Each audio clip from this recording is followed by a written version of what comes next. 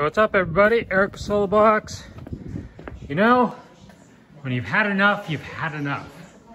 I should have done this years ago. This Miller-Matic 140 welder. Hold on, let me turn down the radio. So this Miller-Matic 140 welder has been burning back the wire at the drive roll for years. I've called Miller, they can't figure it out. I've talked to the guys at the welding supply store. We thought we had it figured out. The last time I used this machine, I used it for an afternoon. No burn back at the drive roll. And today I go to hop on it, burns back at the drive roll, and then turns around. For me to explain, actually, when it burns back at the drive roll, it means that the wire burns right here, which means you have to take this off, take all the wire out of the line, re-spool it through, throw all of that wire away that was in the line, and start over. And it's absolutely aggravating. So for people that don't weld, that's what's been going on. As for aluminum, the spool gun, which on this thing, every SoloBox ever built has been done with this spool gun. The poor thing is just beat. I've literally run so much wire through this that it has rubbed through the back. But it welds aluminum awesome.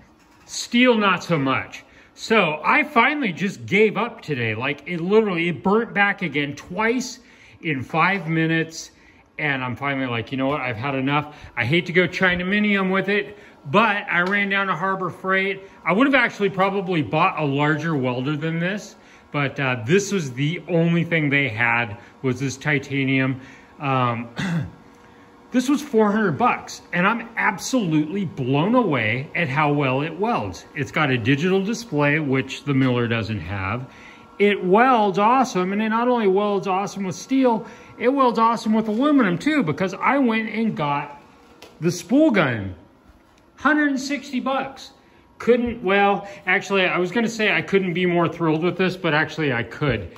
The whip on it comes out the back, which I don't really care for. I'm sure I'll get used to carrying the weight like that, but it causes you to have to carry a lot more weight as opposed to having it come out of the bottom.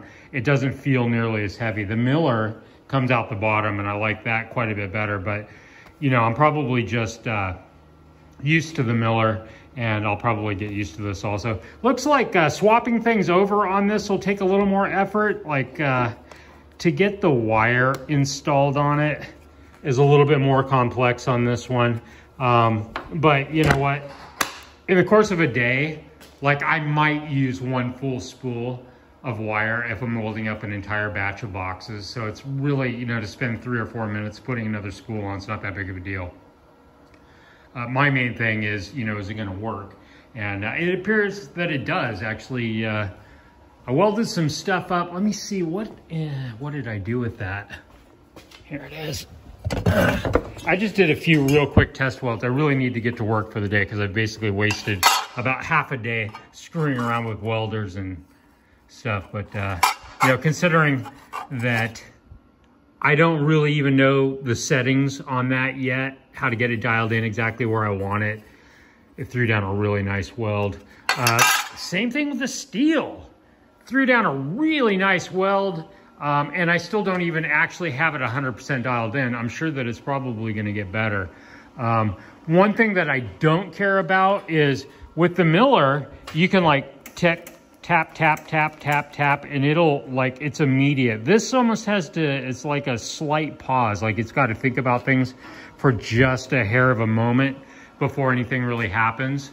Also don't really care for the power button being on the back. At first I was like, I couldn't figure out how to turn it on. I'm looking at all this shit and I'm like, it doesn't do anything. Turns out the power's on the back, and when you shut it off, so I just clicked it off. It doesn't turn off. It needs to think about it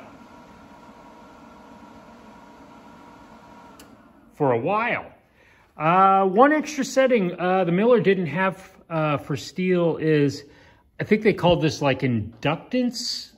It's an inductance knob. I'm not familiar with that. I'll have to probably figure out how to play with this. This little switch here is something the Miller didn't have. you can, for long welds, you can set it in this position where when you pull the trigger, it'll keep feeding until you pull the trigger again, and then it'll stop, which is interesting. I'm used to just having to pull the trigger and it welds until you let go, which is how this is.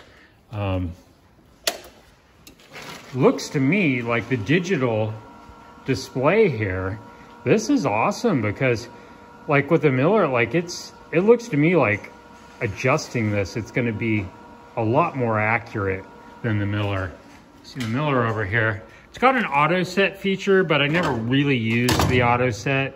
But basically on your adjustments, you don't actually really know exactly where you're at, because there's really no display. So I'm liking that. It weighs a lot less. It's an inverter type of welder. It allows the machine to weigh quite a bit less. I mean, for 400 bucks, I ended up buying the exact same cart that I had for this. They're like $40 at Harbor Freight. So I decided to grab another one of those, knowing that they do work pretty well. Might sell the Miller as a whole. Everything still does work. It's just kind of been a pain in my ass for a while. So might get rid of it. If I like this enough, I might get another one so that I've got each one set up. One thing I really hated about only having one welder is that anytime I want to go from welding steel to welding aluminum, I have to take everything apart and swap everything over. As I've got things sitting right now, I've got this set up for steel, no burn backs. Got this set up for aluminum, and it works great. But what I might do is get a second machine, and I'll run the spool gun on it and get rid of the Miller. So haven't really decided. We'll see how much I like this, but thus far, like, I welded on it for a while and I'm pretty stoked with it. So I guess time will tell. I did pay extra, I think it was $40 to extend the warranty for an additional 9 months. And the girl at the counter, I spent so much time at my local Harbor Freight that the girl was like, yeah, come back in a year and we'll give you another one. So I paid 40 bucks for the extended warranty, and when the warranty's about to expire, she said, yeah, just bring it in. So I don't know if I'll actually do that. That's not real honest, but hopefully I won't have any issues with something made in China. We all know how that can kind of go, right? So I need to be making KLR frames, and about half of my workday is already shot because I've been screwing around with welders all morning. So I better jump into it and get some stuff done. Anyway, Eric Solobox, everybody ride safe.